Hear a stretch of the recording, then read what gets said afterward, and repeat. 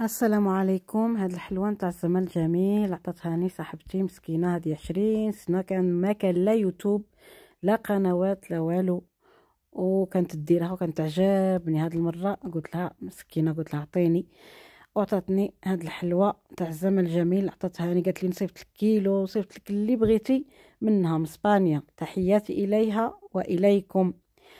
قلت لها لا غير عطيني المقادير، وها هي المقادير. قلت لهم تعرفوا انايا ما نقدرش ندير، ولكن غادي نقول لكم المقادير راهم مكتوبين هنايا.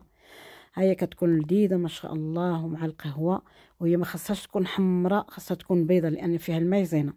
غادي نقول لكم كل شيء، وخاصها تكون لينه العجينه. غادي نقرا، غادي نشوف. الا ما قدرتش نتوما قراو صافي، هذيك هي، هما هنايا كل شيء المقادير. هيا 250 غرام تاع الزبده غير مذوبه، 2 كيسان مايزينا، قبصه ملح، كاس ونص سكر كلاص، وبعد 2 كيسان طحين مغربل شويه بشويه، ونضيف ملعقه صغيره من خميره الحلوى، 2 الزه سكر فاني، ونخلط الجميع. من بعد نديرها 150 160 هكذا طيب دغيا. هي ما تبرد، يعني ما تحمرش بزاف، وخليوه ما تحديوش كاع فيها حتى تقصح، مهم حتى تبرد. من بعد غادي نديروا لها الجوانب، نزينوها بالكونفيتور اولا بالعسل وبالكوك، نواه كوكو. ولا بغيتو ديروا لها ديك الشوكولا هكذا، كان درت لها هكذاك، درتي عليها العسل شويه ودرت لها ديك كوكو هكذاك، هي تجي ضحكه. مهم ها هي كتجي مزينتها لذيذه تبارك الله بالمايزينا. وهذا انا عطيت لكم المقادير، عاودوا لهم. وهي كتكون العجينه الا شفتوها تقطع عاودوا دير. المهم هذاك هو المقادير.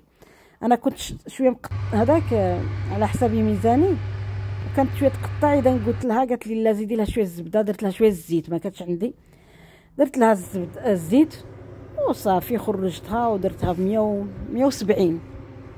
ما خاصهاش تكون غير لتحت، وعاد ديريها الفوق، وما خاصهاش تكون تحمر بزاف. وها هي. ومن بعد زينتها بالكونفيتور الجوانب، ودرت لها ديك الشوكولا حطيتها، ومن بعد درت لها نواه كوكو. صافي هذيك هي، وكتكون لذيذه. ونشكر صاحبتها اللي عطاتهاني، شكرا كثيرا كثيرا. ونشكركم على المشاهده. وهذاك الكاطو، هذيك الحلوه اللي درتها البارح، غادي نقول لكم حتى ندير لكم شي لايف ان شاء الله ونقولها لكم. وهي مع القهوه فنه تبارك الله. هذيك هي. وشكرا للمشاهده. سلام.